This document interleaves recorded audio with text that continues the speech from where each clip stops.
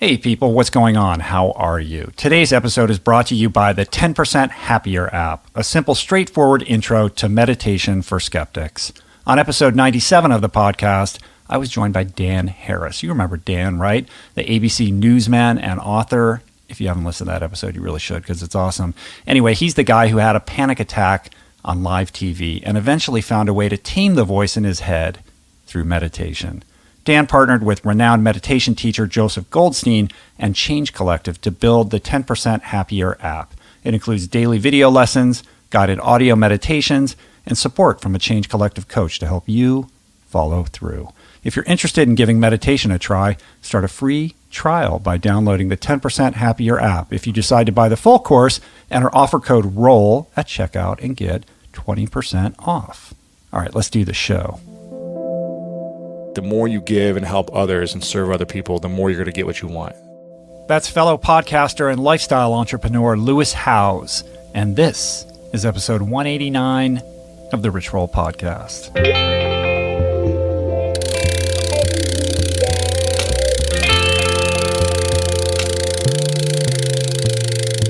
The Rich Roll Podcast. Hey, you guys, what's going on? What's happening? It is your friendly neighborhood Rich Roll. I am the host of this podcast that you are tuning into, which I appreciate very much. What do we do here? Well, this is the podcast where I sit down with the outliers, the big forward thinkers, people that are moving mountains, who are advocating for positive, paradigm-breaking culture change across all categories of health, fitness, entrepreneurship, sustainability, basically a wide variety of topics and personalities, people that just inspire me, that educate me, that captivate me, whose message I want to help share. And I do this to help all of us, myself included, of course, unlock and unleash our best, most authentic selves, which I think we all owe to ourselves, do we not? So thanks so much for subscribing to the show, you guys. I really appreciate it. I appreciate everybody who has given us a review on iTunes. If you haven't done that, take a moment to do so. We greatly appreciate it. It helps us out a lot. And you know what really helps us out a lot? When you guys use the Amazon banner ad at richroll.com for all your Amazon purchases. There's a banner ad right there on the main podcast page. We have one for the US, one for the UK. You click on it, takes you over to Amazon. You buy whatever you're going to buy, and it doesn't cost you anything extra. Amazon kicks us some loose commission change, and it's really just a great free way to support the mission, to put your stamp of approval on what we're doing over here. If you listen to the show, then you know that the other day I had Gabor Mate on the show, and I traveled all the way to Vancouver just to interview him. And that trip was made possible basically because of your support, because of you guys using the Amazon banner ad. And I really appreciate it. And I want to be able to continue to do that. And the way that I can do that is by you guys helping me out by doing your Amazon shopping via the richroll.com podcast banner ad. So thank you so much. It really does help us out a lot. So today on the show, it's all about my friend Lewis Howes, fellow podcaster, host of the School of Greatness podcast. Probably some overlap in our audiences. There's probably some people that listen to me that also listen to his show. And he's got a new book that came out this week titled The School of Greatness, of course. And we're going to get into all of that in a minute. But first, did you know that the National Academy of Sports Medicine is looking for people who want an exciting career in the fitness industry? Well, they are. It's a great way to blaze a new career path where you wake up every day doing something you love. NASM trainers are improving people's lives by helping them reach their health and fitness goals.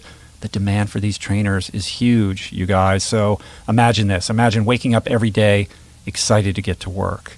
Not to a job, but to a rewarding career. You get paid to stay in shape. What's better than that? While simultaneously helping others reach their fitness goals, which is very rewarding. You get to set your own hours, work in health clubs, sports clinics, and corporate wellness, and you're going to love the people you work with. So why not do what you truly enjoy and get paid for it? It's a win-win.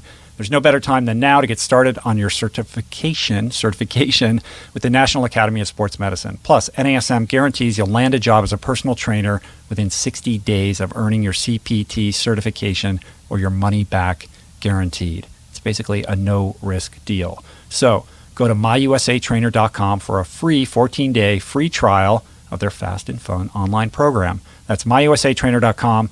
myusatrainer.com. Restrictions apply. Visit myusatrainer.com for details. Today's episode is brought to you by Harry's. You know these guys. They're a longtime sponsor of the show. I love these guys because they are disrupting the shaving market, and it is an industry that is badly in need of being disruptive because, let's face it, shaving is ridiculously expensive, and it doesn't need to be. It shouldn't be.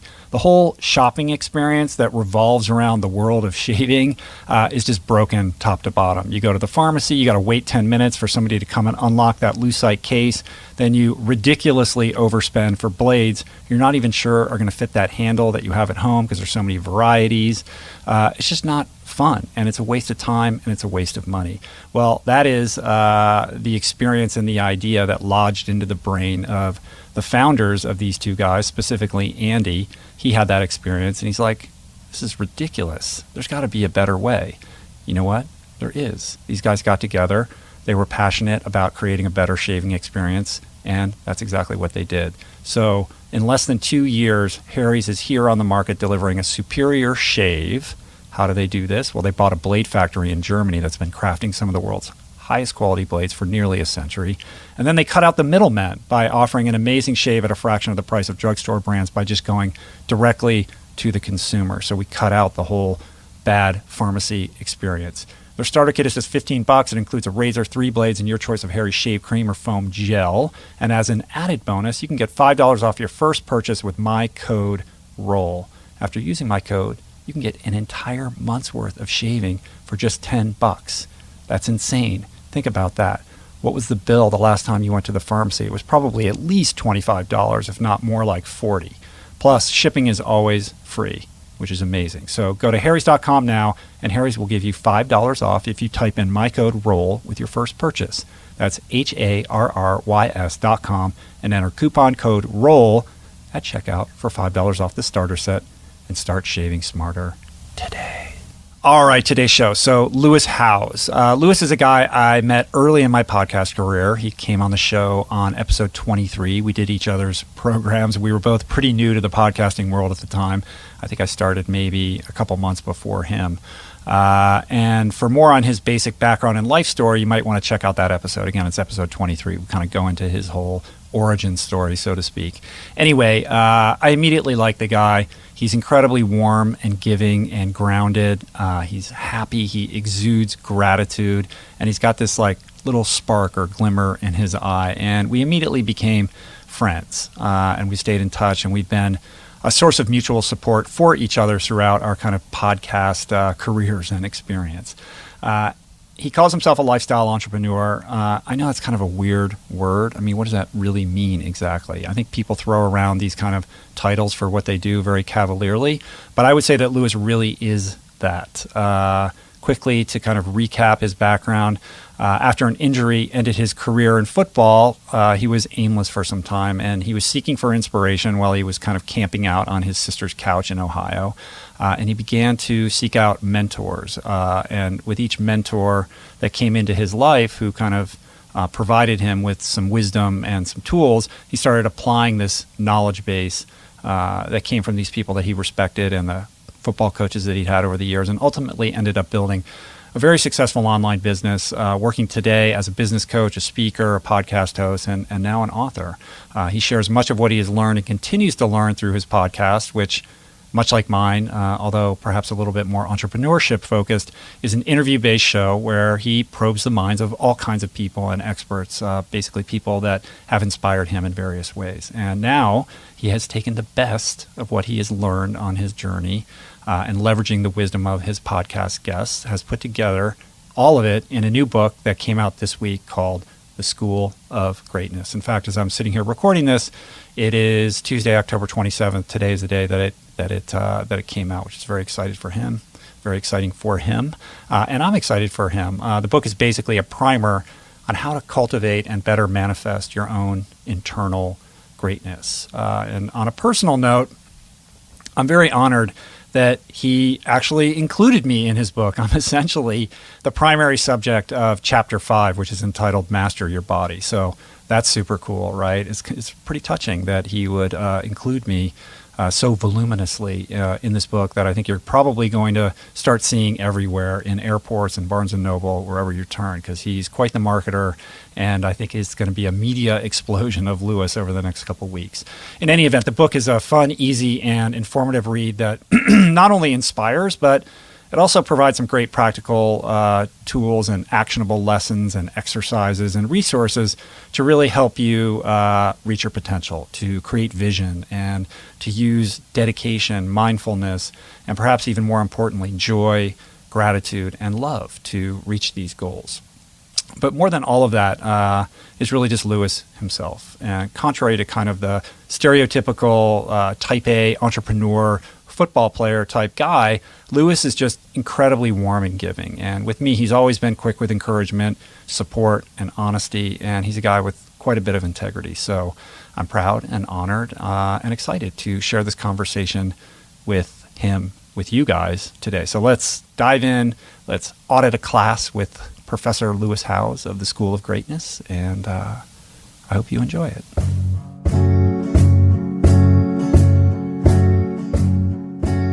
Back together again. Yes. Good to see you, man. Good to see you. I was reflecting on the history of our relationship. We first met when we were both newbie podcasters. Yeah, where did we first meet? Where was the first meeting? There was another podcaster out there that introduced us, I think, Who's online. I'm trying to remember. The guy from Canada, what's his name? Now I feel terrible that I can't remember his name. Amir?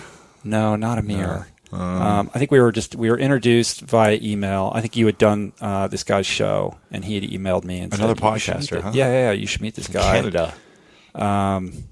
Mark Fitt? Now I feel like we need to stop because he's going to listen to this and be bummed. Wow, I can't remember this. We'll have to check our email inbox. And see. Yeah. No, and he was like, you got to check this guy out, and he's in LA.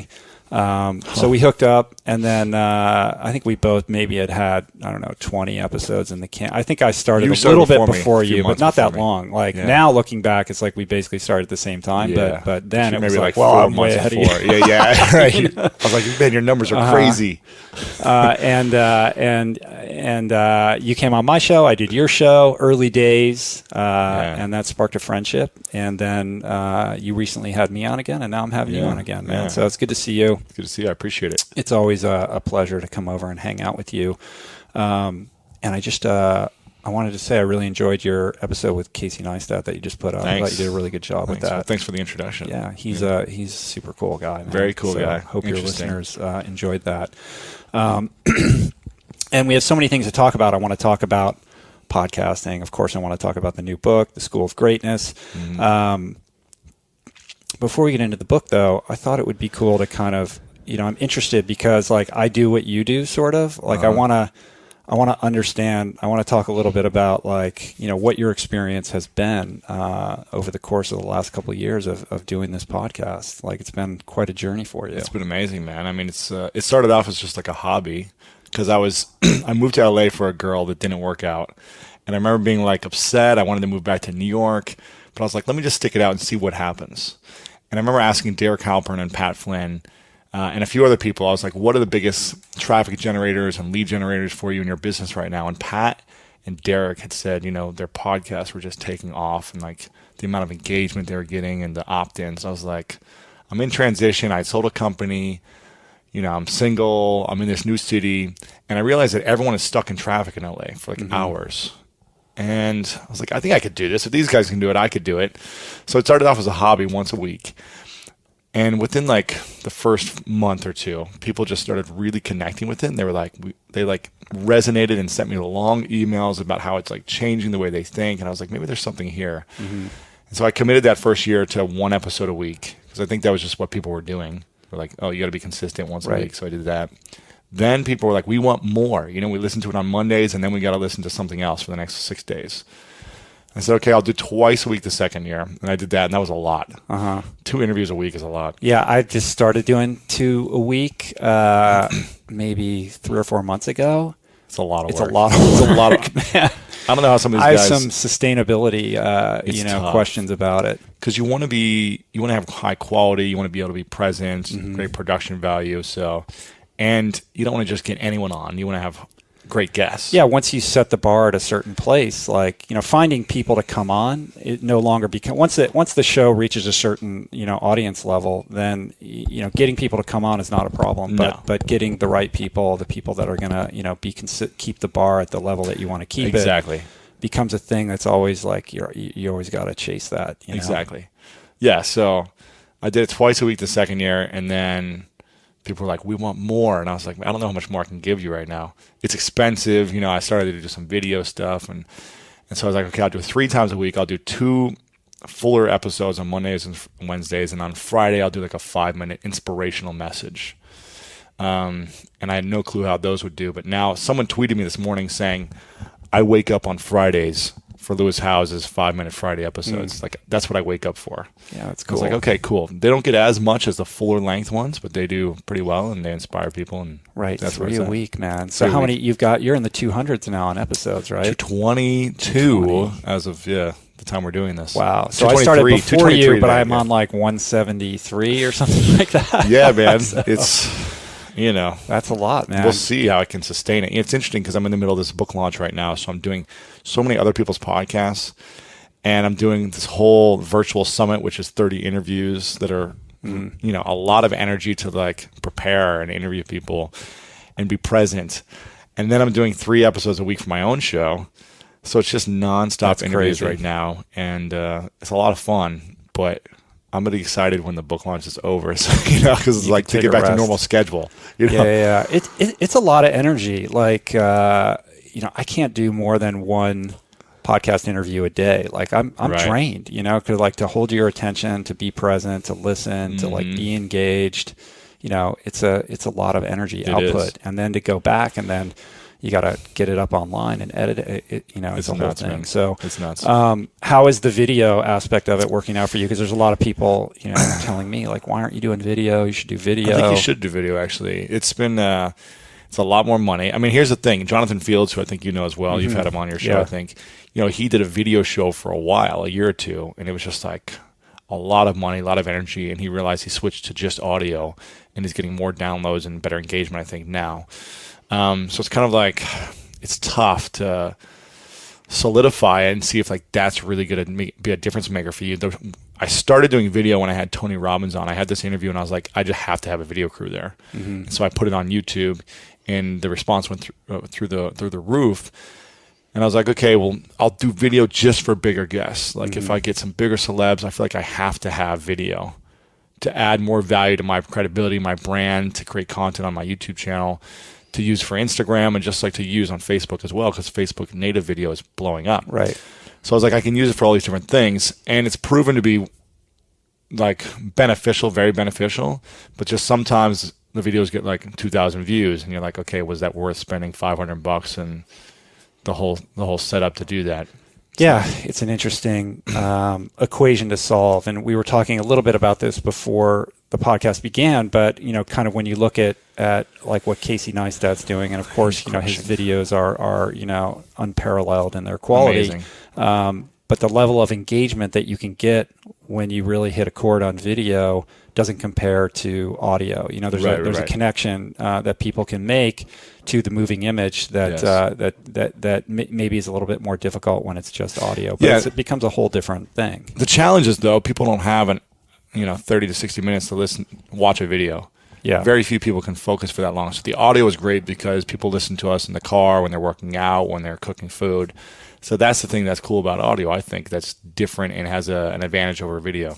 Yeah. Unless you're doing like little 5-minute segments on video like Casey does, it's tough to stay focused for an hour. Right. Yeah, I agree with that. Yeah. I'm thinking about like. But then Joe Rogan does it too for 3 hours, and people watch it. So I don't understand. That's great. I know, that's amazing, right? And it's not like a high quality video. No. It's like a live stream, like sort of low resolution thing. And the fact that people watch that is amazing. But they do. So it depends. We're all just learning. So, in the kind of vein of learning, like what has the podcast done for you? I mean, outside of like marketing and all, whatever, building your brand, like just interpersonally, like the experience of having the opportunity to sit down with all the people that inspire you. Yeah. I mean, it's a very privileged position that, I find myself in, and I know you do, to be able to pick up the phone and call somebody that you think is super cool and hoodwink them into sitting down with you and talking to you Exactly, and answering man. all your questions. And then becoming friends with them later. Yeah, it's really an amazing thing that has enriched my life in ways that I can't even begin to articulate. So I'm interested in how that's been for you. It's been the best relationship builder ever because you're getting people on, you're allowing them to share what matters most to them, and then you're promoting that message to the world. I don't know if there's a better gift you can give someone, especially if you have a platform.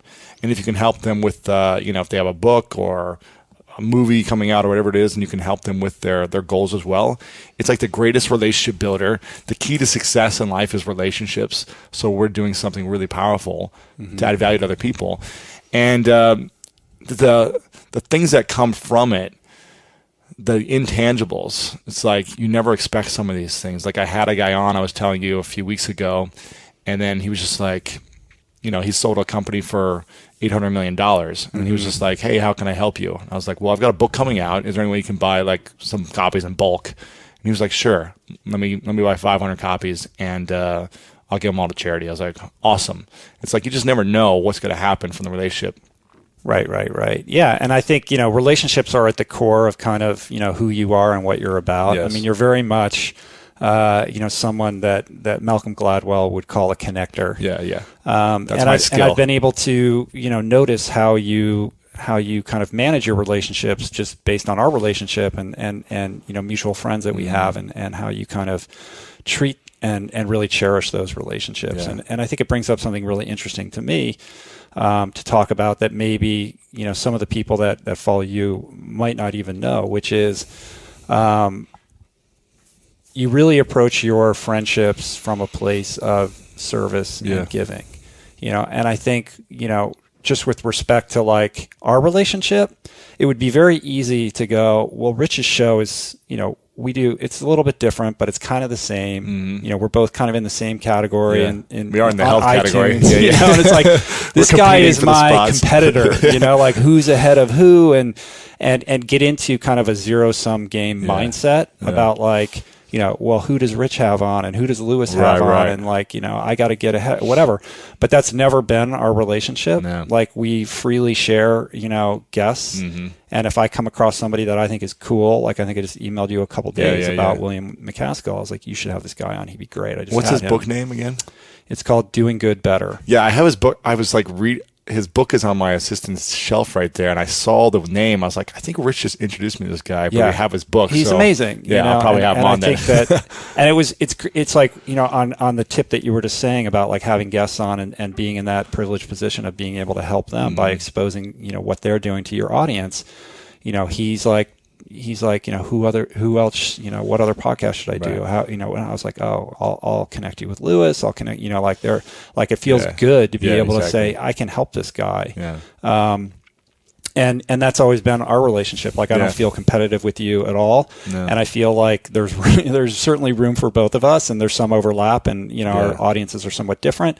But to the extent that I can help you, I know that, we're all just helping ourselves. Of course. Yeah. And that's a cool mindset to be in. Right. But I think it's counterintuitive to how most people function and operate. So I'm interested in kind of how you conceptualize that in the relationships that you have. Yeah, for me, I don't know. I think I used to be think a lot differently about competition and about making introductions for people earlier in my career because I wanted to have the advantage. But then something shifted where I was like, there's so much abundance in the world. And if I introduce you to one of my guests who's on my show or whatever, it's only going to add value to you. And it's going to add value to me as well because you're going to see that I'm giving you something constantly and constantly looking out for you.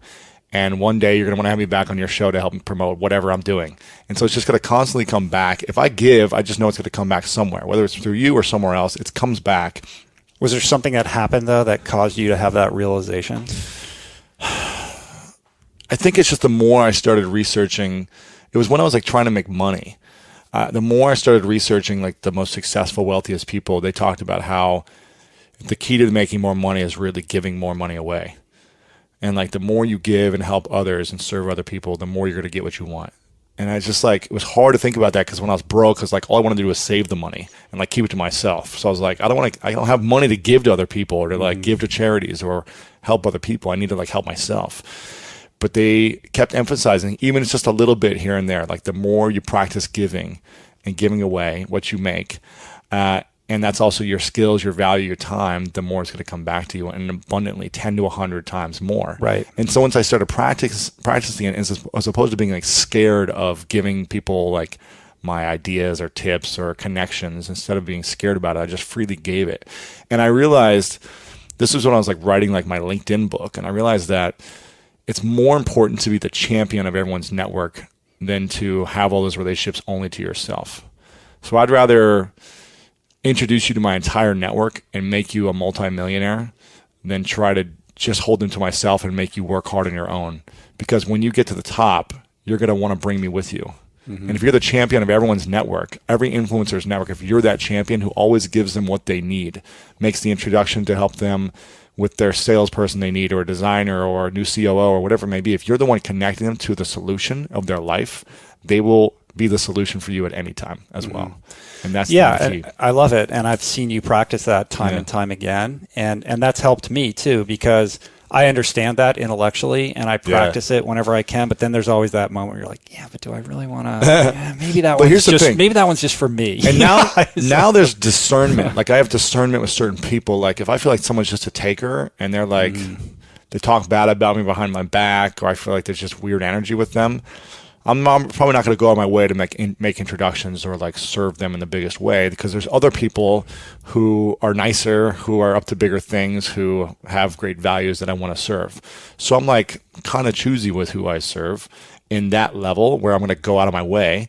So I'm not just like giving to everyone all the time. Yeah, well, that's about healthy boundaries. Exactly. Right. Yeah, and being conscious of the company that you keep. Exactly. Right. Exactly. And you keep some pretty amazing company, you know, and you've been able to cultivate some pretty amazing relationships with, you know, a lot of influential, you know, people out there, tastemakers and the like. And some of that is through the podcast, but some of that isn't, right? Like, you know, from a guy who is, you know, sort of couch surfing and sleeping in your sister's house in Ohio to, you know, kind of being on speed dial with Gary Vee and all these kinds of people that are kind of movers and shakers in this, you know, internet landscape that we live in. You know, how did you kind of claw your way to that place? Man, you know, it was finding, you know, Gary, just as an example, since you brought him up, like since 2009, I've been serving him in the biggest ways. You know, he came to Ohio to do a book signing event, and I like brought the whole community out and like drove him around wherever he needed to go and just like built it there. And then when he came out with his first book, I think I sold like 500 copies for him or 800 copies for him or something like that, from doing a webinar. And then when he had his next book, Jab, Jab, Jab, Right Hook, I sold 10,000 pre-orders for him. Wow. I had 3 relationships. I was like, how can I help you sell this book? And he was like, I'll do speaking gigs for this amount if you can get speaking gigs to trade for books. And I was like, done. Within like 3 weeks, I had 10,000 pre-orders for him. Wow. From 3 relationships of event planners that I built relationships with for years and just became friends with, and said, hey, you can get Gary right now if you buy this many books. And made it happen. He only sold 40,000 something pre-orders, and I sold a fourth of his pre-order copies in 3 weeks. So it's just like, for 5 years, I was adding value to him without asking for anything in return. And I do that for everyone. I'm constantly just adding value to these tastemakers without asking for anything. Yeah, it goes back to that theme of being in that place of giving. Yes, right? That's it. Like being genuinely, honestly kind of rooted in that. Yeah. And it brings up kind of, you know, the idea of mentorship. You know, I'm sure you get emails all the time like, hey, can I take you out to lunch and pick your brain, or, you know, all that kind of stuff. And when I get those emails, I'm like, you know, I just don't have time, you know, but instead of doing that with Gary Vee, like you could have sent him an email like, hey, can I take you out to lunch? But instead you just helped him. That's it. Right. And it's you know, Ryan Holiday talks about this, like when he was starting out, and, you know, how he kind of tried to bring value to Robert Greene, you know, and how when you can be in that place of like, how am I contributing to these people to make their lives better without looking for, you know, what you're going to get out of it or what the paycheck is, when you're just constantly in that place, your life grows exponentially. Yeah, exactly. And, you know, I get these emails all the time too, and I would love to go hang out with everyone and have lunch with everyone, but we want to get anything done if we did. And the challenge is a lot of people email me and say, hey, I'll move to LA for 6 months and work for you for free. I want to learn from you. And I'm like, that's flattering, but it would take more work to teach you how to do everything, and then you just leave and do your own thing. It's like I would need someone like a Ryan Holiday who was just going to step in and do the work, and who's like, or who's someone who's going to sell 10,000 copies for me just because they want to be around me and they want to learn. Mm-hmm. That's like how you got to do it. How can you serve that person at the highest level without asking them their time? Who have been the biggest mentors to you? I had some early on mentors, guys that you probably don't know of from Ohio who really supported me. A guy named Chris Hawker, a guy named Frank Agan who helped me write my first book, and then another guy named Stuart Jenkins who's a big inventor as well. Those guys really kind of helped mold me into where I'm at now. But really it was just online, like Chris Brogan early on, Gary Vaynerchuk. I would just watch their videos and read their blogs, and I learned so much. Mm-hmm. And then I would meet up with them in person at events and just continue to learn from them by asking questions. But I feel like I learn from everyone. Like constantly I'm learning from people who are ahead of me, people who are just starting out. I'm picking up new ideas. I'm just reading content, watching videos, and I learn through osmosis just by like consuming information. Those are my mentors, the information. Right. I feel like everybody wants to have, somebody of the caliber of like a Gary Vee or like a, whoever it is that is sort of excelling in whatever field you're interested in. But I think, there are people that are probably surrounding you in your own environment that could contribute to your life in a mentorship context in a way. Yeah. So you get caught up in the sexiness of somebody who's doing something kind of, exceptional online or otherwise. But that's not always, the best route to go. Like who's around you that has experience that you could benefit from. And I think like it's hard to get everything you want from one mentor these days. Like as we're always, especially if you're an entrepreneur, if you've got big dreams, it's hard to get like everything you want from that one person. And that's why I think it's valuable to hire a coach to keep you accountable, to keep you on track, to show you what you're missing, to let you know, to give you the right feedback and say, hey, this is how you're showing up. You say you want this vision, but you're showing up in a weak way where you're not like staying committed to it. So someone to keep you accountable and give you great feedback. Have you hired coaches in the past? I've got coaches for everything, man. I've got a life coach, I've got a business coach, I've got a relationship coach. For every area of my life, I've got someone who's giving me feedback and saying, okay, here you say your vision is this, your goal is this, and are we on track or not? If not, here's what I see is in the way. So someone who just keeps me accountable. Yeah, the objective feedback, like people that aren't going to just yes you, and then hold you accountable. And I pay for all of them. Yeah. I pay for these coaches. Yeah. Wow, that's interesting. Like I don't pay anyone like to do that professionally, but I definitely have a board of directors, or a board of advisors, and I have like certain people that I call for different kinds of things, that have experience in these different areas of our life, and I think everybody should. Nominate their own, board of advisors in their life because we don't have all the answers. And I think, especially as men, you're kind of reared to be this guy who walks around and pretends like he has all the answers to everything and has everything figured out. Right. And ultimately, that's just a phenomenal weakness that you have to overcome. Right. Exactly. And it brings up, issues of kind of openness and vulnerability and masculinity. And I think you have some really interesting things to say about that and perspectives on that because look, you're like a big dude, you're like a big young handsome guy, football player, handball player, like kind of an alpha male guy.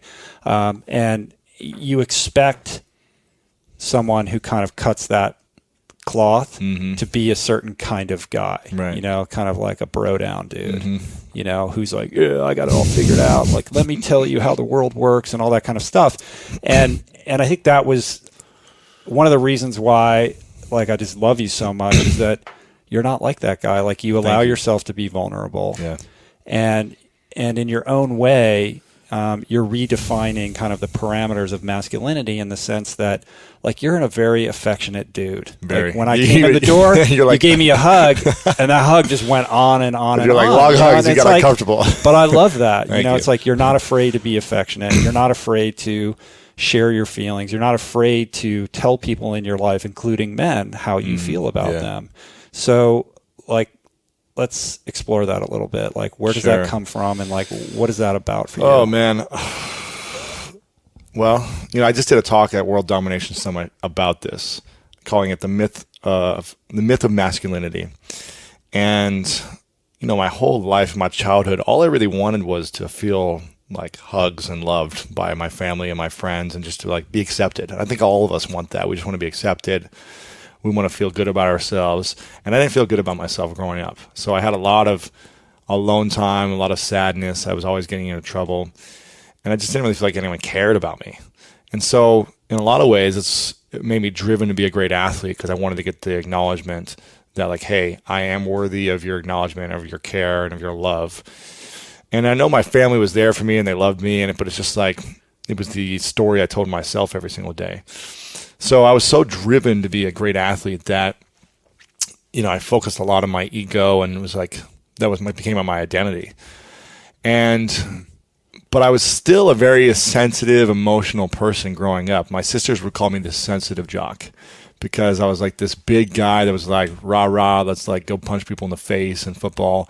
But then I'd like come back and like, I was like in the choir and like in the musical, and, I was playing guitar and singing like love songs and things like and stuff like that. So, and I would like tear up and like during sports movies or whatever. And so they would call me the sensitive jock. And I think it wasn't until, the last like 5 years when I really started to evolve and grow into letting go of like the ego, that I need to have like this ego, this perfection image, this like I'm a tough guy image, especially as I started to build a brand online and use my voice more. I realized that wasn't serving me in my life, in my relationships, that wasn't serving me, friendships, it wasn't serving me. And when I started to just be like, okay, this is who I am, and I have these fears and I have these vulnerabilities, and I started to just talk about it, I realized a shift in everyone else as well. Mm-hmm. When I shifted, everyone else shifted around me, and I was able to connect in such a deep, intimate, loving way. And it was, it got me quicker to my dreams. Again, the key to success in life is relationships, and the key to powerful relationships is vulnerability and being real. That's the quickest way to build relationship with someone and to create that connection. We could meet for 5 minutes and have like this surface level conversation and really not connect with one another. Or we could meet for 5 minutes and one of us opens up and shares something that's like scary for us to share, or that isn't sound perfect, or that isn't the right thing to say. And we could feel like we've been friends forever, and have that connection and that instant relationship, and be like, man, I feel like I just know you. I feel like I relate to you. You never have those feelings when you meet someone, you're like, man, I feel like I've just known this person forever. It's because they're bringing something out of them that is a reflection of your intimacy, your fears, your vulnerability, and you feel safe around that person because they opened up. Right. And that has been such a shift for me once I started to open up in that way with everyone and just love in such an open, vulnerable way. It doesn't mean I have to be like in tears all the time and like be like sharing my deepest, darkest secrets, but just like being real is vulnerable enough. Yeah. And most people aren't real with people. They're not. And it's understandable because it's terrifying. It is. It is terrifying. You have to let your guard down. You have to put your ego aside, and all this sort of cultural programming that we have our whole life about how we're supposed to carry ourselves has to be cast aside. So there's a lot of barriers to getting to that place. Yeah. And I remember, it's been a while now, but you posted that podcast interview where you talked about, being abused as a young kid. And I imagine that was scary. Very scary, to man. like talk about that. Very scary. It was about a year ago, a little over a year ago. Just explain a little bit about what that is. Yeah, I was sexually abused. I was raped when I was 5 by my babysitter's son. After school, kindergarten, I went to this babysitter every day. And one day, the son took advantage of me, and I had no clue what was really happening, and I was just going along with it. And for 25 years, I didn't talk about it to anyone. I just stuffed it down, and that was like my fuel to get revenge on the world and to be the best. And I had to be number one at everything because I didn't want to be ever taken advantage of. So that's what made me train so hard. I wouldn't say it was the reason why I trained so hard. It was like the reason, but it was. How did you get to that place of self-awareness, though, that was a driver? I did an emotional intelligence workshop a couple years ago in LA, where we were going through all the things in our life that's been holding us back. So it was just like, all right, think about it. Has anything held you back? Your breakups, your parents going through divorce. Maybe you went through a divorce. What are the things that guard you now? And so the facilitator was just like, look at the things in your life that have happened and what has shifted once those things happened for you. What has made you a harder person as opposed to a softer person? What has made you less open for love? What has made you guard yourself in conversations? All these different things, And so he was like, think about these things. And, my brother went to prison and my parents got divorced and, I felt alone constantly. And I was in the special needs class all through elementary, through school, through to high school because I couldn't read and write.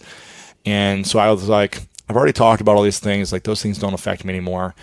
But I was like trying to go through all the things in my head. Like, what is holding me back? Like, is there anything? Like, my brother was a big deal when he went to prison for 4 years, and I had to go there every weekend in the visitor room to sit with him and be in a room full of convicts and not have any friends during that 4.5 years because the parents wouldn't let their kids hang out with me because my brother was in prison. And I was like, I dealt with all these different things, and I was fine with them all. And then it came in my head, and I was like, oh, that moment when I was 5.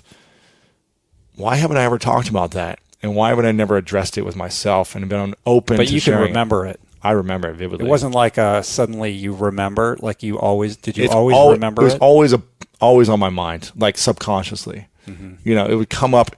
It was like a bad dream that I just remember constantly.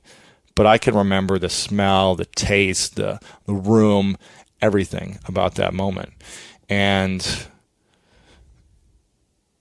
it just was subconsciously always on my mind. And I think I tried to shove it away as like this dream that like it didn't happen, but it's like I remember everything. And so I was like, oh wow, this is something for 25 years I haven't discussed. And if I can't discuss it with anyone, then it's probably holding me back. It probably has like this hold on me. It's got this control. It's got this power over me. If I'm not willing to just address it and talk about it. And so I said, and he was like, okay, now is your time to fully let go of anything that's ever been holding you back. If you haven't let it go yet, now's the time to do it. You've got a safe space to talk about it, to do whatever you need to do. And I remember thinking, if I don't talk about this now, I'll probably never open up about it. Like, here's my moment. And my heart started like pounding. I was like, what if I share this with people, what are they going to think about me? I was so ashamed and afraid to think what people would look at me differently. I had this image that I wanted to portray into the world of who I was, and that's not part of the image I wanted people to know about. Right. So I stood up in front of this room. It's probably about 50 people. And I remember I was like looking down at the ground. I couldn't look at anyone's eyes. I was just so terrified of what people would think, but I knew I had to do it. And so I shared openly. I told the whole story. And then I sat down. And luckily there was 2 women sitting beside me, but I just wept for about 15 minutes. I just like released the biggest like wolf cry for so long. And I was so grateful that these women were like so compassionate. They were just like holding me. And I just could not hold back any tears. I was just like, I was so ashamed of myself still. I was so like embarrassed, ashamed of myself, felt guilty, felt like people were just going to look at me bad. And I remember I just couldn't look up anywhere. I just like stayed down with my hands on my head while these women were holding me. And then we like took a break from this, from what we were doing. And I just like ran outside, out of the conference room or whatever, ran out into the, to get some fresh air into the back alley. And I was just like in tears. I just did not want to go back in. I didn't want anyone to look at me. And when I was out there after a couple minutes, it was like one of the most beautiful things that ever happened in my life. All these men came up to me and just hugged me and said, like, you're the most courageous human being I know. Like, thank you for sharing. Here's what happened to me. People were opening up to me. And I created this relationship with people that I just met, a couple days prior, where it's like we were the closest of friends. Because I dropped my guard and my walls and revealed myself and made them trust me. And when we don't reveal ourselves fully, we're never fully able to trust someone else. But it's when that person is like, you're so connected to Casey Neistat, it's because he's like so vulnerable and real in his videos. So you feel like you trust him right when you meet him. You're like, man, I know you. I trust you. You're amazing. I want to ask you these questions. I want to drop my guard because you do it every day. Yeah, that's amazing. And, in the case of what occurred to you, I mean, intellectually, you understood, of course, that there's nothing to be ashamed of because you were a victim, right? You were 5 years old. Like, how could you possibly have any culpability in this terrible act that was perpetrated upon you? And yet that's the emotion that, festered for, decades. 25 years, man. Yeah. And then obviously, even though you kind of walked around with it thinking, well, it's not that big of a deal. It was kind of like a dream. I can ignore it. When you finally released it, like the cathartic emotional breakdown, is demonstrative of how much emotional power it was holding over you. It was holding a lot of power. Yeah. It was holding a lot of power on me. Yeah. It's, and then when did you get to the point where you're like, I'm going to share this on the podcast? Well, because that's a whole different beast. And man, I got to the point where I was like, you know what? I want to share this with my family. Like, I shared it with this group of like 50 people who are going through this workshop. I was like, I think I need to share with my family. And I think it probably took a few weeks until I opened up one by one my family. And I actually, I was working with like my relationship coach at the time. I was like, here's what happened, and I want to tell my family. I don't know how to do it. I'm terrified because I don't want them to feel bad. I don't want them to feel guilty, like they weren't there for me. I don't want my mom to be like in pain. I just didn't want that. Because I could only imagine what that would feel like if I had a child and they said I was raped by the babysitter you sent me to. Like, could you imagine the amount of guilt that a parent burden on, So I just didn't want that. And she told me, you've got to ask him a set of questions first to set it up for him. And I was like, okay. And one of the I can't remember all of them, but one of the questions was really powerful for me. She said, you need to ask them before you tell them, is there anything I could ever do that would make you not love me? And just see what they say. Is there anything I could ever do that would make you not love me? And I asked that to everyone, and they were like, absolutely not. Like, it doesn't matter what you do, I'll always love you.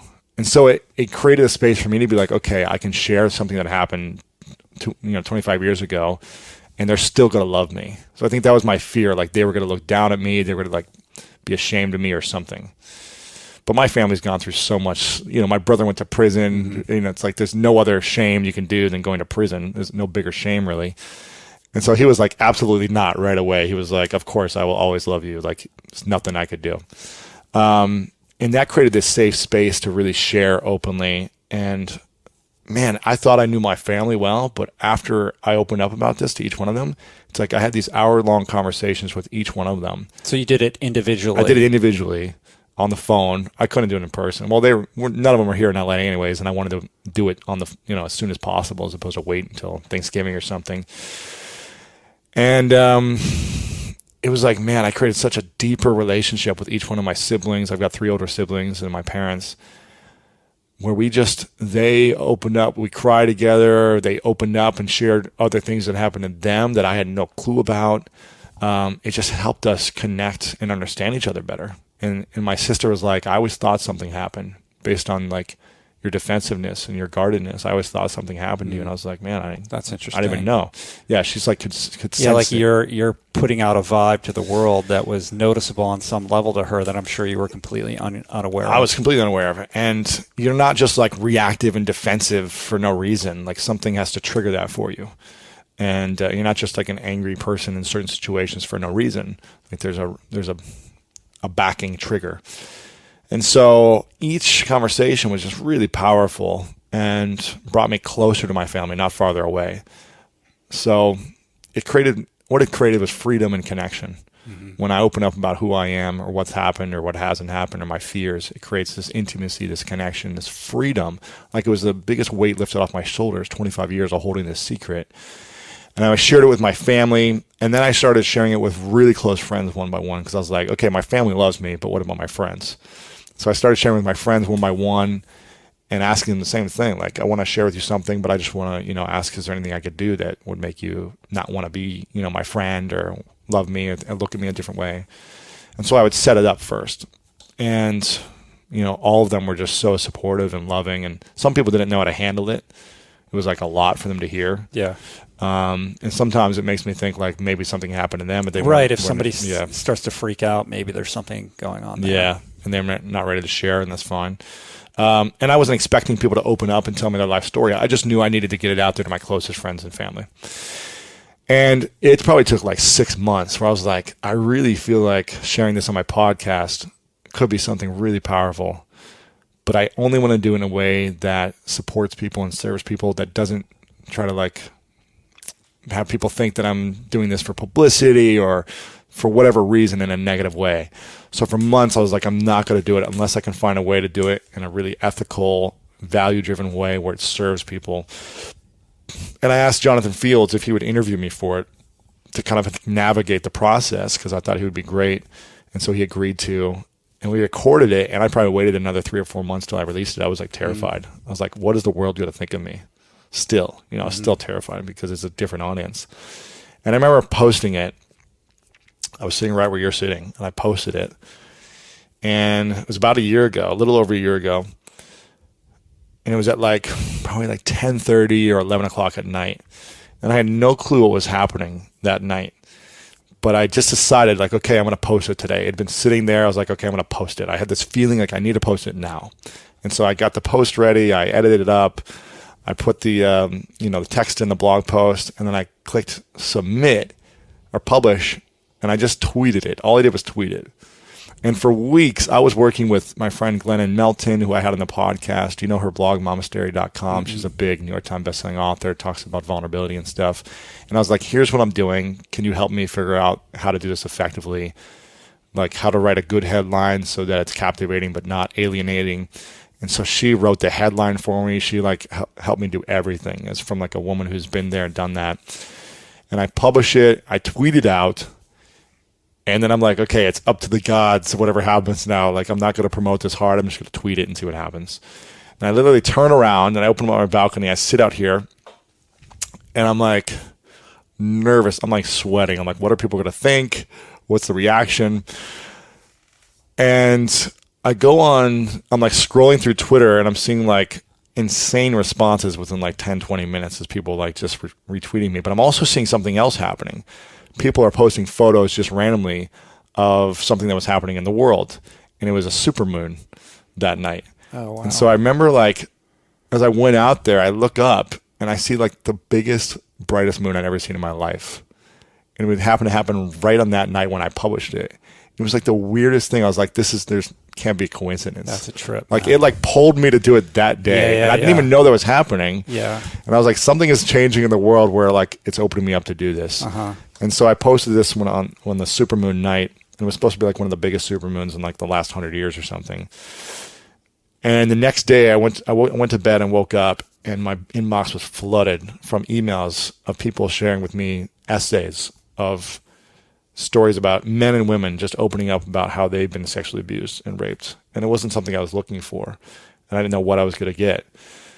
But the story, for a week and a half, I was feeling like a hangover. I've never been drunk, but I felt like this extreme hangover by reading all these stories and reading the pain that people had gone through, but also reading how they're finally going to take action and let it and be free themselves. And so they all started sharing with their family and friends and telling me what they were doing to overcome this sexual abuse they'd experienced. Mm-hmm.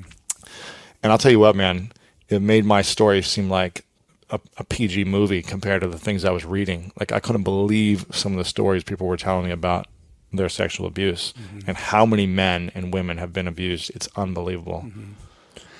That's very powerful, and that's a beautiful story, man. Thank you. And one of the reasons why I wanted to talk about it with you today, timing is everything. It's these windows of opportunity arise where it's okay, now's the moment that whatever happened in that moment that made you share it on the supermoon. It was crazy. Just yesterday, I posted a podcast where, and this is certainly nothing nearly as traumatic as as being abused as a young person. But I talked about something that I'd never talked about publicly, which is that I relapsed in late 2011. Oh, really? From alcohol? From alcohol. Oh. And it was in Hawaii. It was right after I had DNF'd at Ultraman. It was a year where I was super fit and I was gunning to be at my absolute peak athletically. Way more fit, than anything I had ever been previously. Like in 2009, the Right. races that I talk about in my book, Finding Ultra, I was a completely different athlete. Like I was on fire. Wow. And I was ready to just uncork like the performance of all time. And it didn't go well. Like I just didn't, something was wrong and I was spitting up blood. Like on the second day I had to pull out of the race and I had all my eggs in that basket. Oh. And I don't think that I was fully like in touch with how devastated I was from that. And I hadn't been diligent in my recovery program. I'd sort of been cruising, and I'd been like, well, I'm working out and I'm eating well. And like I had been sober for 13 years and you start to get into this mindset of like, well, I don't really need to go to AA. Like I have it together. Like I'm onto this thing 19 now. years you're sober. 13 I had been. Yeah. Gotcha. And so it just doesn't become as heightened as a priority as it is when you're a broken man and you come in and you're willing to do anything to get sober, which is where I was when I got sober. You start to just kind of like take your pedal off the gas a little bit. And after, and after a long period of kind of not being so focused on it and not making like attending to my sobriety, a top priority, you're a ticking time bomb, before you're going to pick up a drink. And so I won't recount the whole story because I just did it on my podcast, but essentially, I picked up a drink, and I got drunk. And I found myself doing at an AA meeting that night. So it wasn't like I went out and crashed a car or like, destroyed my it's like I was able to nip it in the bud. That's good. But the point that I'm trying to make is that, I've been open about this, like in AA and with my sober buddies, and I share about it from the podium. Like I'm very open about it, like in that forum, but not publicly, and so. Why weren't you open about it? Because I was ashamed. Yeah. Because I was ashamed, especially as somebody who had written a book that told their sober story. Right.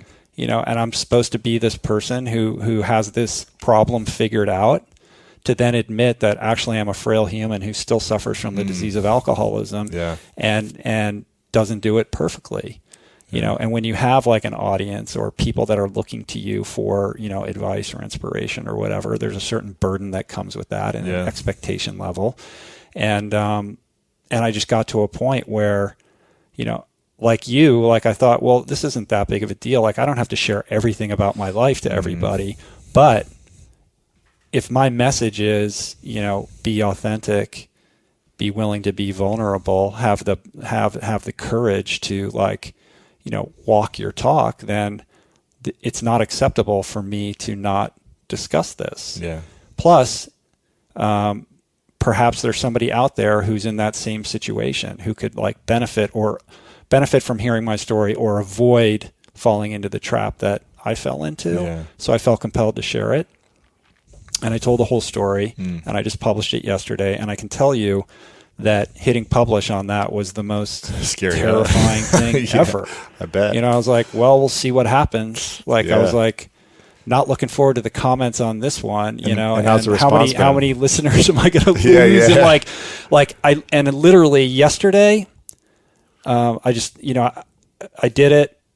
I was up late. I hit publish. I went to sleep. And the next morning, I didn't even check my email. I was like, I had such a crazy emotional hangover from the whole thing that I was like, I just got to ride my bike. And I went out for like a 4-hour ride. I didn't go online at all. Like I think I was in part scared to like see what the response would be. Finished my ride and I was like, all right, like I feel better. Like let's just like see what's happening. And like yourself, I've never had more comments on a post. 1 billion tweets. I got like 200 emails yesterday. Wow. The response has been insane and incredibly positive and just loving and compassionate with a lot of empathy.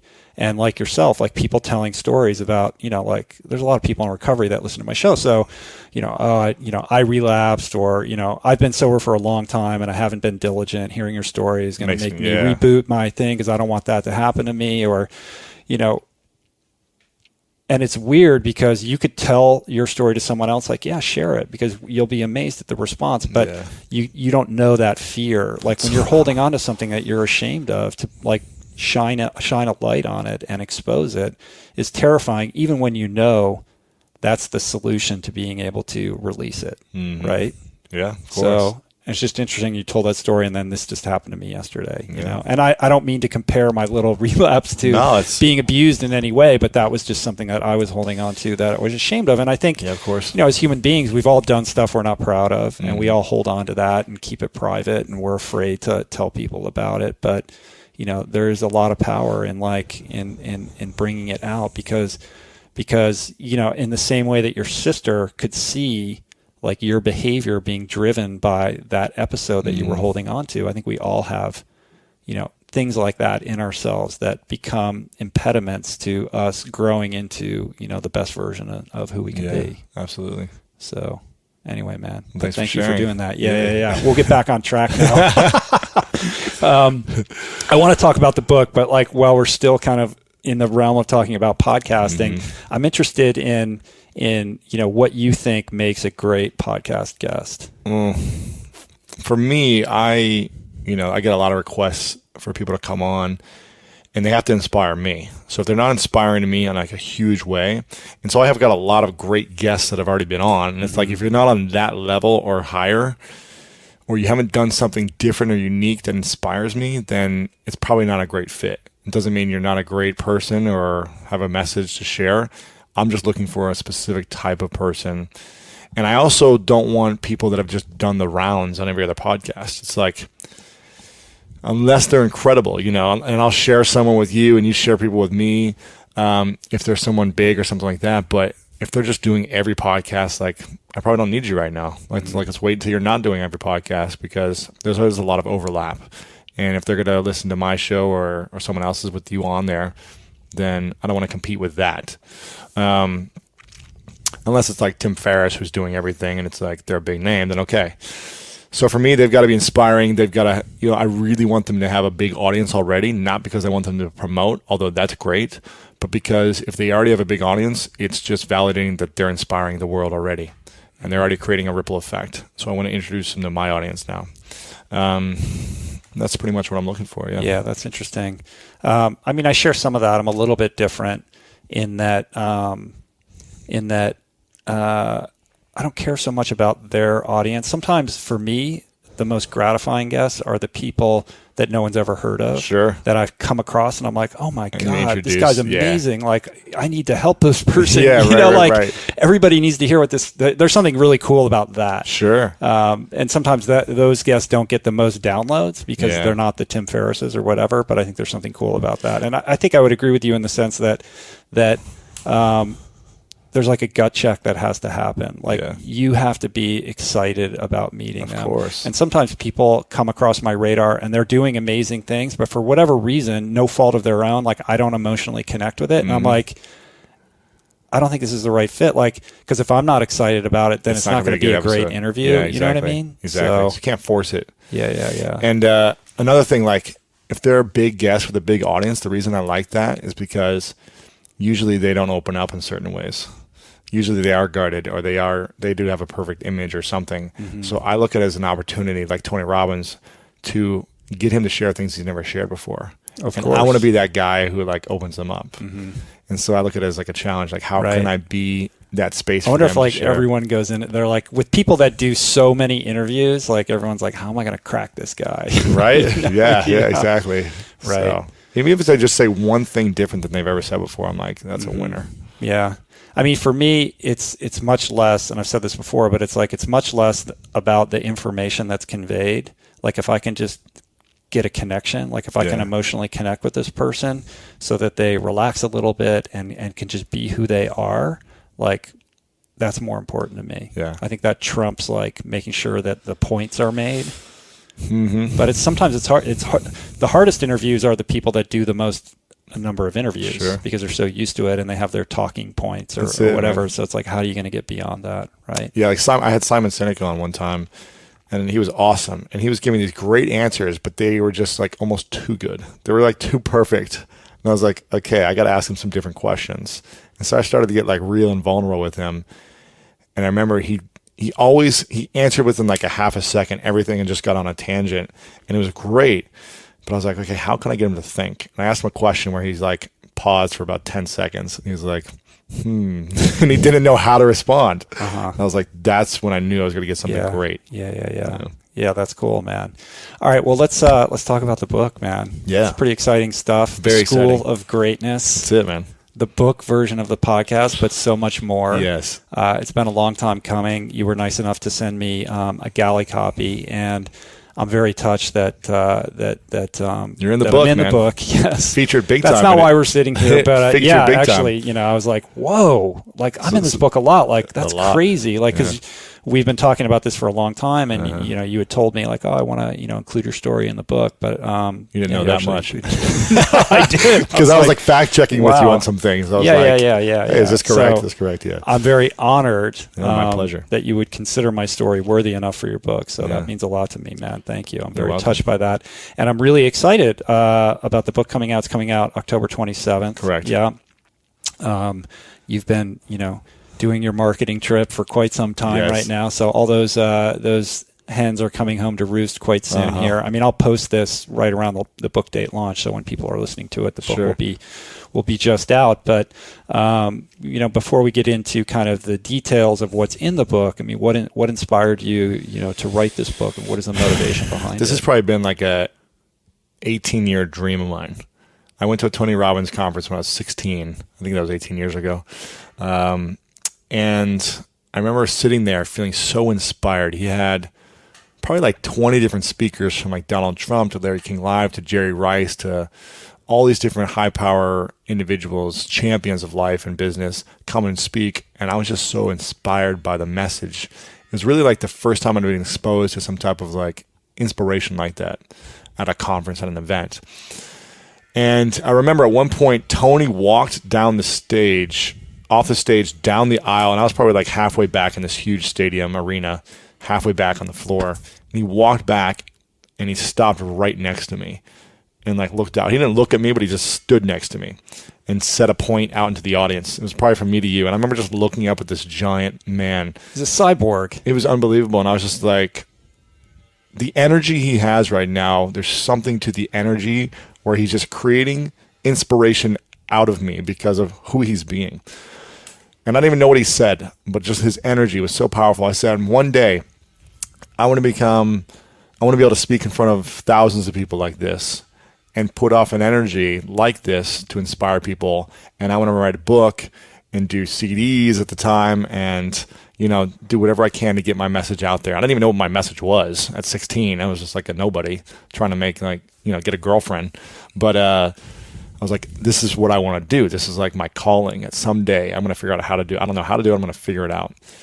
And once I got done playing professional football, hold on 1 second though. How did you end up at a Tony Robbins conference at 16? That's unusual. I was going to a boarding school in St. Louis, and my mom was there with me. And my dad just said, hey, I see this event is happening in St. Louis. So he bought me and my mom tickets. And me and my mom went. That's cool. Oh, my dad. Yeah, he just bought us tickets. Oh, here's the reason why. He saw that I think his name's Dick Vermeil. He's the coach for the St. Louis Rams who won a Super Bowl. He was speaking. Right. But he was the Eagles coach. He was, but then he went to the Rams and won the Super Bowl in 2001, I believe it was, 2000 or something like that. And he was speaking, and he said, hey, you should go. He sent me there to go watch this coach speak. And he got like VIP tickets to go meet the coach afterwards. So I met with the coach, but I was at a Tony Robbins thing. And I never knew who Tony Robbins was, but I was just so inspired by him. And like his message really connected with me at 16. And as a guy who had big dreams to play sports, so like college sports and professional sports, everything he was saying was helping me get to that goal. And I applied it over the next couple of years in high school and in college. I just like stuck with it, that message, and with my dreams and like whatever he gave us, I was like doing the work. Because I was like, oh, if all these champions are doing the same type of thinking and work and exercises, like I want to do what they're doing. And so it's just solidified, like Jerry Rice, these coaches, all these people were there. Donald Trump, like, yeah, I want what they have. Mm-hmm. And, I've been like always into inspirational personal development work for myself over the last 15 years since then. And it's just been a powerful journey. So 7.5 years ago, when I got done playing arena football, I got the 4-hour work week as the only gift Christmas from in 2007 going into 2008, and I read this book in 3 days, and it was really hard for me to finish any book. I'd probably read 10 books cover to cover before that.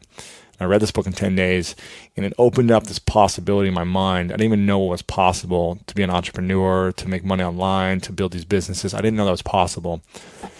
But Tim wrote out like the path on how to make it happen. Mm-hmm.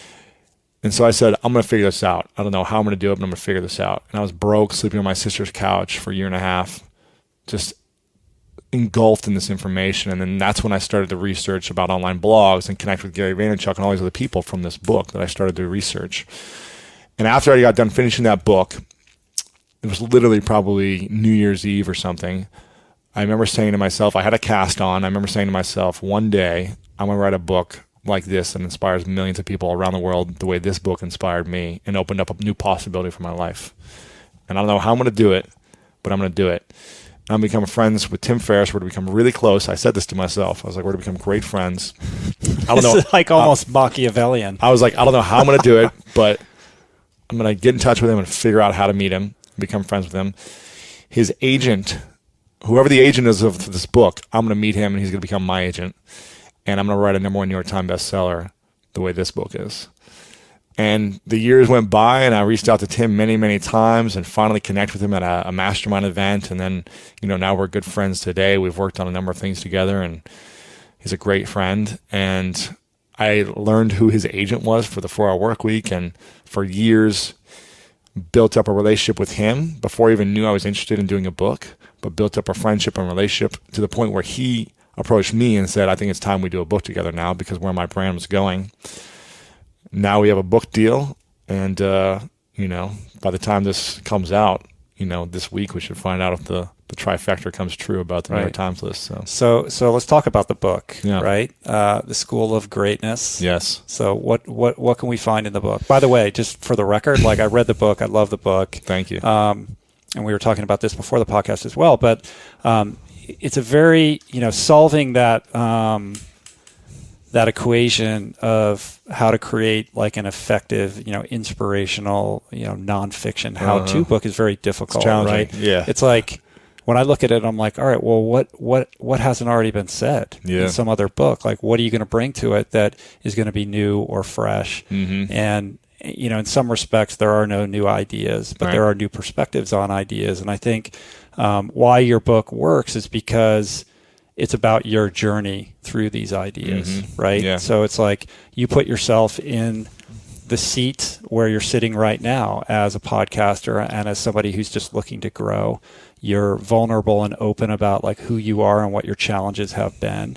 And you're like, here are the people that have taught me, and let's explore what their ideas are. And then you're able to put your spin on like how you can implement those ideas into action through like some really like, easy to understand and practical like tools and exercises that kind of are on the tail end of each chapter. That's it. Yeah, it's tied together beautifully. So it's like not too easy of a read, but it's not too difficult of a read either. Like it hits that tone of being like effective, instructional, and informative without being like burdensome or like too fluffy either.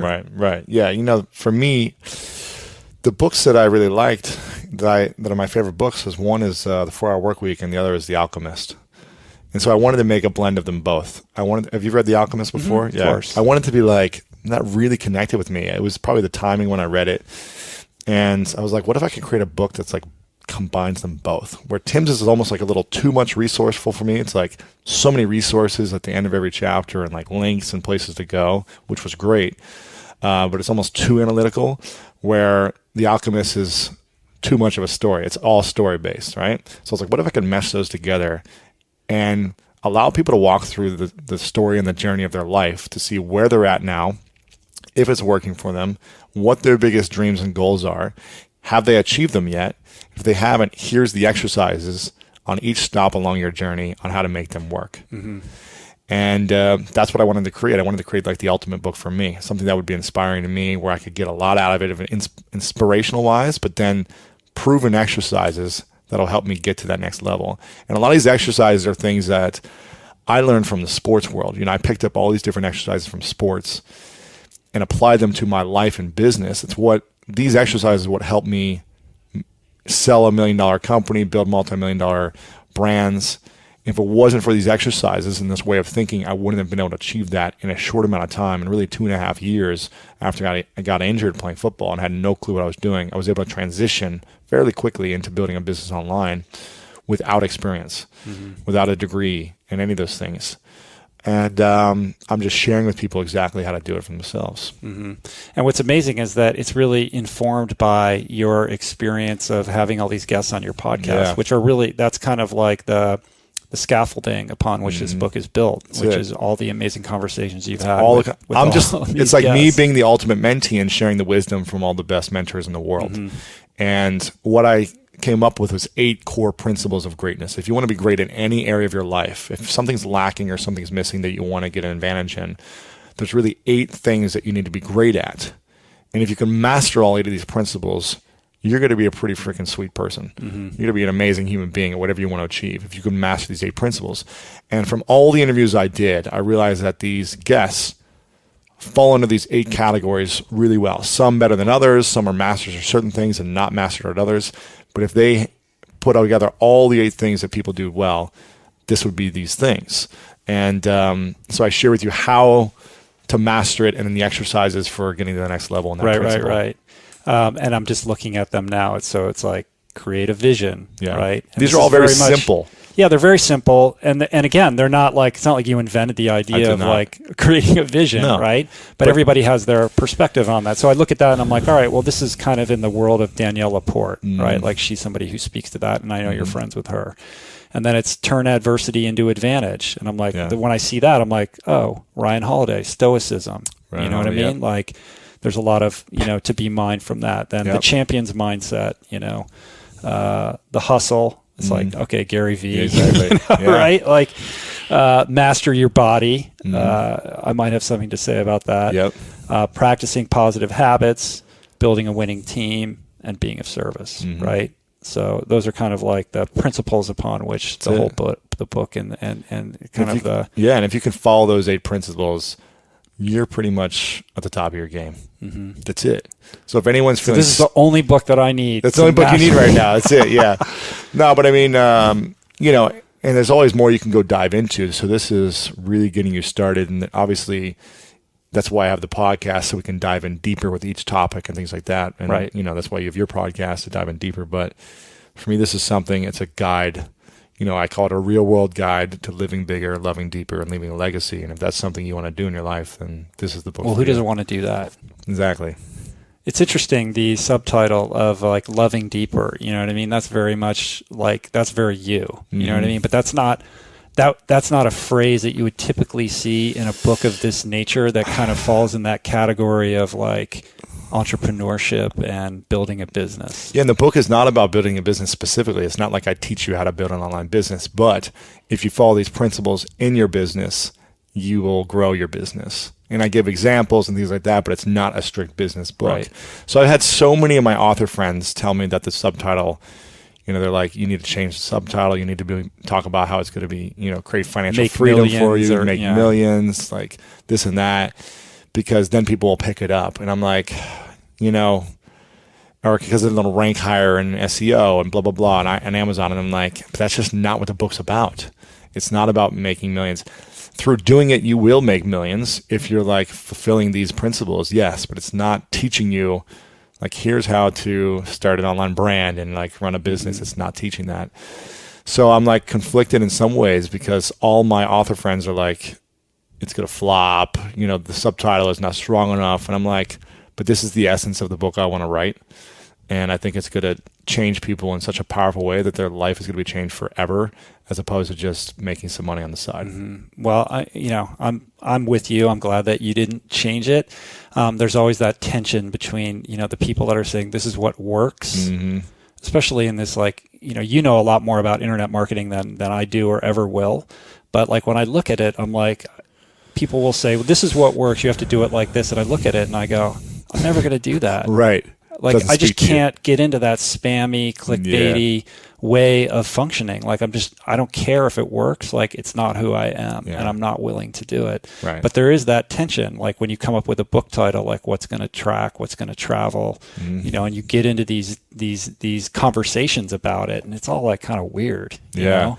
It's Ultimately, the book just will stand on its own. Yeah, that's the goal. You know, and maybe like in the first week or two, that might impact things. But if the book is good, people then talk about it will, you know, do what it's meant to do, Yeah. right? And you have to just kind of believe in the long-term view of it. Right. Exactly. know? So I believe in it. Yeah. Well, good, man. Yeah, it's cool. I mean, you know, and kind of talking about that internet marketing stuff, I mean, you're somebody who, you know, really lives transparently online.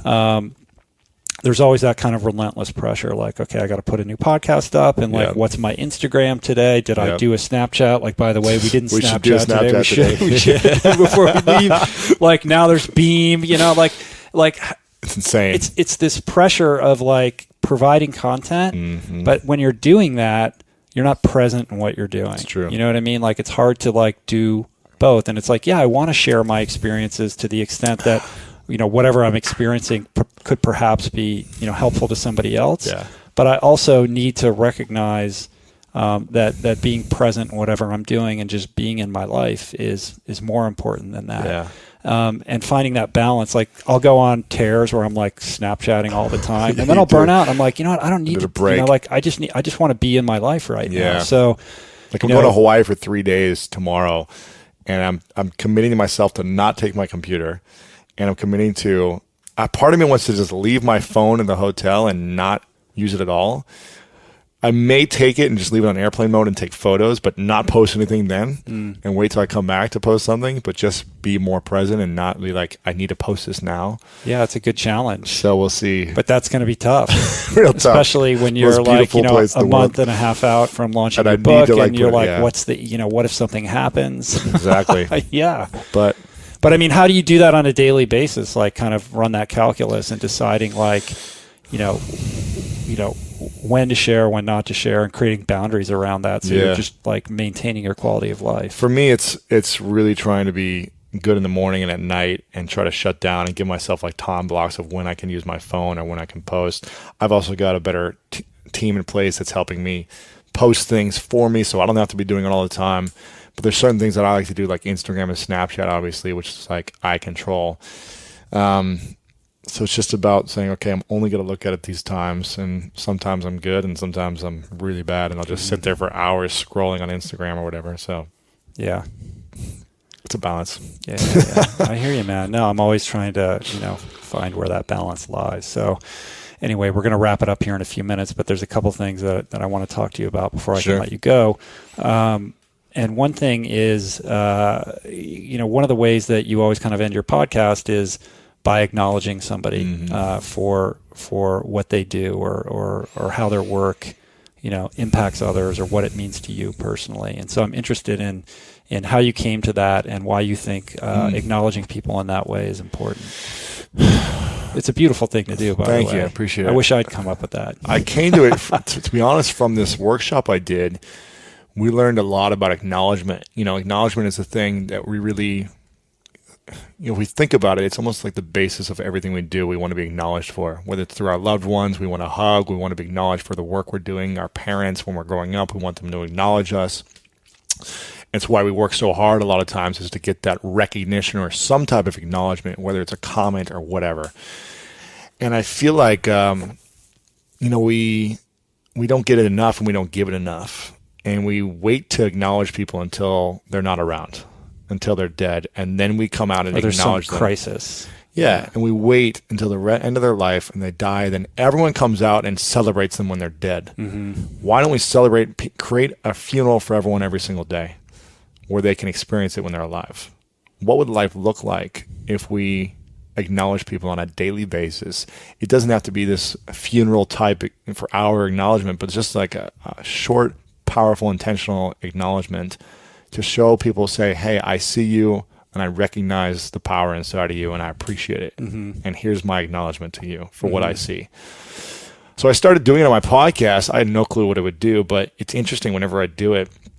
it's interesting to see who can handle it and who can't handle it, because a lot of people don't know how to handle and receive that's what I'm acknowledgement. interested in. Like, it's very disarming. It's challenging to receive. Like, I have been known as the king of not being able to receive anything, and years ago, and for the last 2 years, I've just been practicing daily, like opening up and saying, okay, I'm receiving whatever people want to say about me.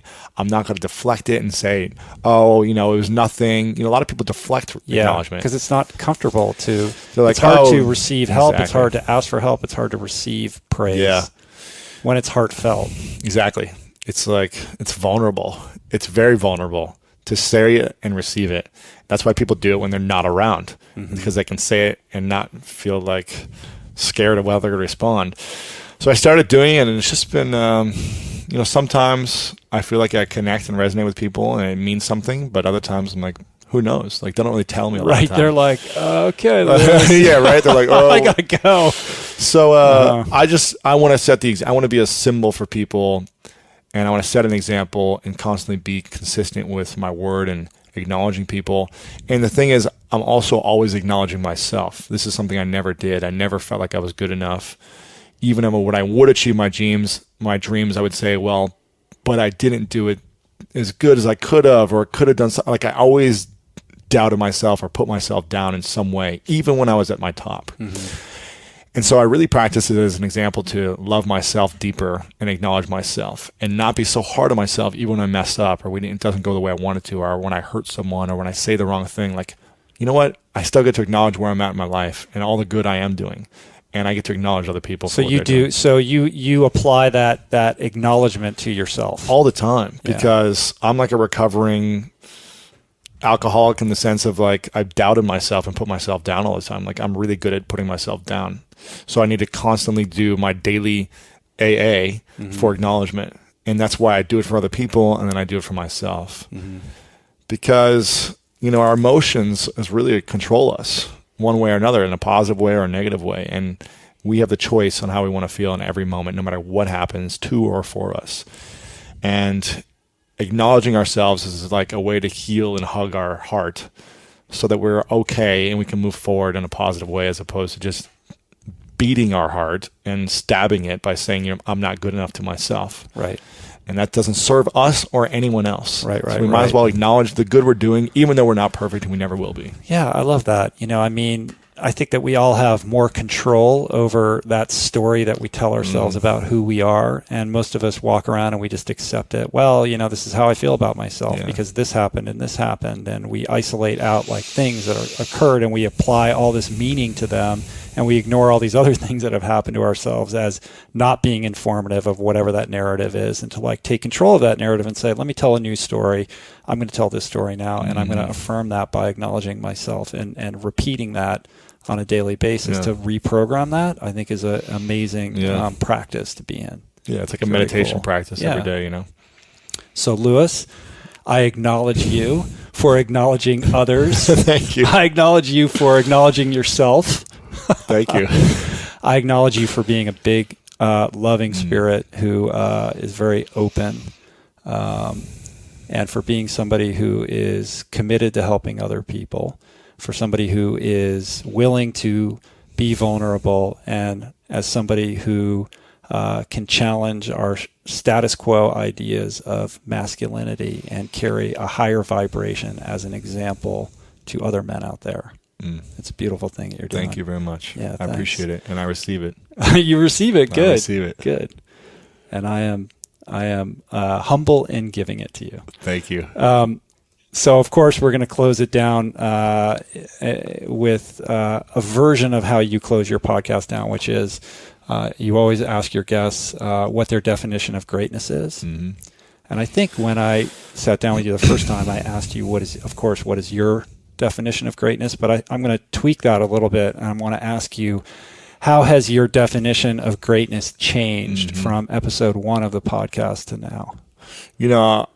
It's good because it evolves based on where my vision's at and based on where I'm at in life. And that's why I'm always interested to ask people what their definition is, because it's different for everyone. And, our definition of greatness when we were 10 was probably like to be great in school and to, be good to my family or something, Or so be Dr. J. It always evolves.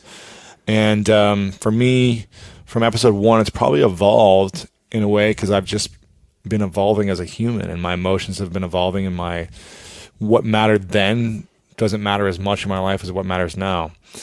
Can you speak to that specifically? Yeah, my impact now, I think before I was still, when I first started the podcast, I was still like just driven to achieve and to make money and to, be successful.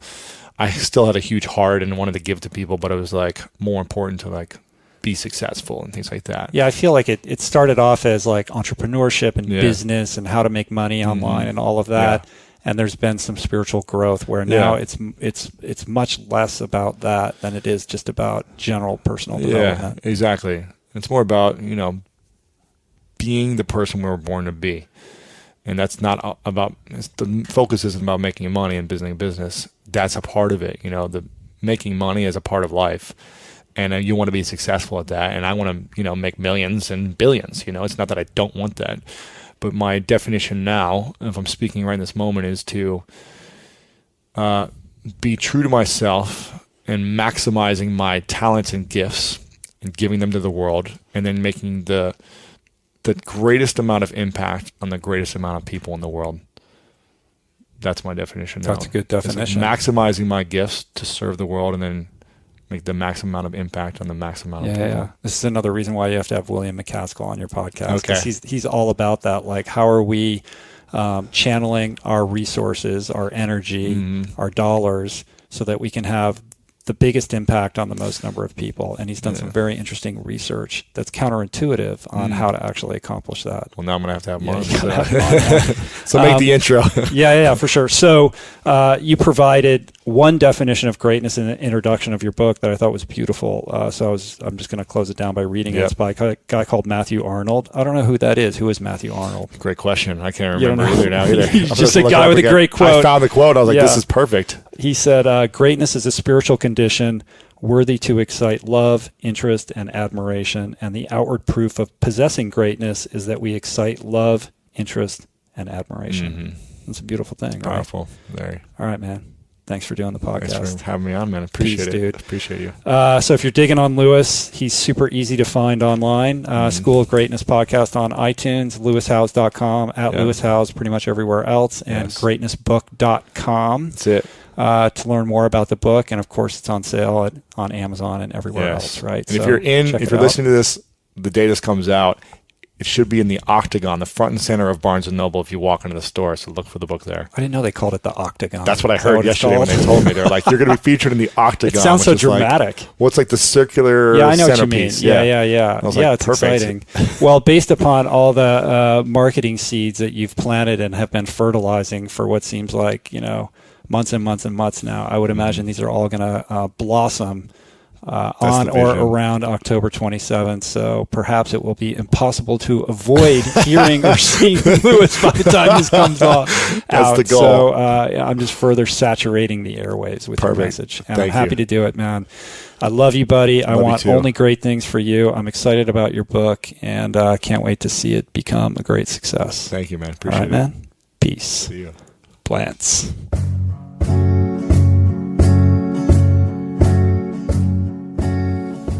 Hey, did you guys enjoy that? I think we did it. I thought it was pretty good. I hope you enjoyed it. Be sure to pick up a copy of Lewis's new book, The School of Greatness. You can find it basically everywhere books are sold. I have a feeling it's going to be unavoidable. You're going to be seeing Lewis and his book pretty much everywhere because that's the kind of guy Lewis is. He is very much going to be of the zeitgeist, I think, over the next couple weeks. But why not go ahead and just use the Amazon banner ad at richroll.com to pick it up, and that way we both win. Sound like a plan? I think it's a good plan. Don't forget to check out the show notes at richroll.com for additional articles, background, and other materials and resources related to today's conversation. Again, I put a ton of time into compiling these, so make a point of checking them out. Read up, learn more, take your knowledge base, your podcast experience beyond the earbuds. If you happen to live in LA or you are passing through here, it would mean a lot to me if you checked out a few of the businesses that I'm partnered with. How about having lunch or breakfast or dinner at Joy Cafe? It's our organic, plant-based and gluten-free eatery in Westlake Village. You'll often find me eating there 3 or 4 days a week. So if you want to meet up with me, the best way to do that is not to send me an email and say, hey, can I have a phone call with you, or can we go for a run, especially if I don't know you. But just drop by Joy Cafe. More likely than not, you will see me there around the lunch hour. I'm also partnered with the Karma Baker, which is a vegan and gluten-free bakery, also in Westlake Village. They make amazing vegan plant-based desserts that will delight your sweet tooth. And I got to say, it feels really great to serve the global community with this podcast. Like I said, I've just been traveling. I was just all over Europe. Everywhere I go, I run into people on the street who are podcast fans. It's amazing. It is such an amazing feeling to just randomly bump into people who are impacted and affected by the message that I'm putting out there. It feels great. But you know what's also great? Making sure that you serve your local community. And that's what my involvement in these businesses is all about. And I do that by trying to help facilitate these businesses with food that's consistent with my values. So how about that, right? I want to thank today's sponsors, the 10% Happier app. Start a free trial by downloading the 10% Happier app. If you decide to buy the full course, enter offer code ROLL at checkout for 20% off. Harry's. Go to harrys.com, enter coupon code ROLL with your first purchase. Get $5 off checkout on the starter set. Start shaving smarter today. And last but not least, the National Academy of Sports Medicine. Go to myusatrainer.com for a free 14-day free trial of their fast and fun online program. For all your plant power needs, go to richroll.com. We got our new cookbook, The Plant Power Way. It's also very much a lifestyle guide, as well as Finding Ultra, copies of both of those books that we will personally sign for you. You can get those through my website. We have Julie's guided meditation program. We have 100% organic cotton garments. We have nutrition products. We have tech teas. We have sticker packs. We have fine art prints. We got all kinds of cool stuff that is oriented and designed to help you take your health and your life to the next level. I got some appearances coming up. In about a week, I'm leaving to go to Beirut, Lebanon. I'm going to participate in the marathon there, which I'm really excited about. I went to Beirut like 2 years ago. It was an amazing experience. They invited me to come out and enjoy the marathon experience there. I'm going to be talking a little bit about that in more detail coming up on upcoming episodes. I'm going to be in Atlanta November 13th through 15th for the Food Equals Medicine Conference.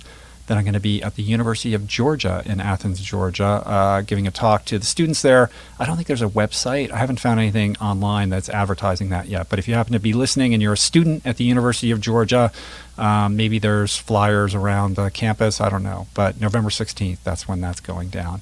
November 19th, I'm going to be in Elkhart, Indiana, near South Bend, giving a talk as part of the Michiana Speaker Series. You can go to healthymichiana.com, MICHIANA.com. And then I'm going directly from there to Miami to give a talk and do a fun run and just hang out at the Seed Food and Wine Festival. So there you go. For more information on all these appearances, go to richroll.com/appearances, and there's URLs and information and ticket stuff and all that kind of good stuff. Keep sending in your questions for future Q&A podcasts to info@richroll.com. What else can I tell you? We got a couple online courses at mindbodygreen.com, one on plant-based nutrition, the other on goal setting. Go to mindbodygreen.com and click on video courses. Tons of information there about those. Very affordably priced, multiple hours of streaming video content, online community. They're really great courses and very affordably priced, and I'm really proud of them. So, thank you for supporting the show by telling a friend, sharing it on social media, all that good stuff. Of course, thank you for using the Amazon banner ad at richroll.com for all your Amazon purchases. Got some great episodes coming up, amazing interviews with some really extraordinary people. So keep tuning in and keep spreading the word, you guys. Thanks so much, and thank you for taking this journey with me. And I'll see you guys back here in a couple days. Peace.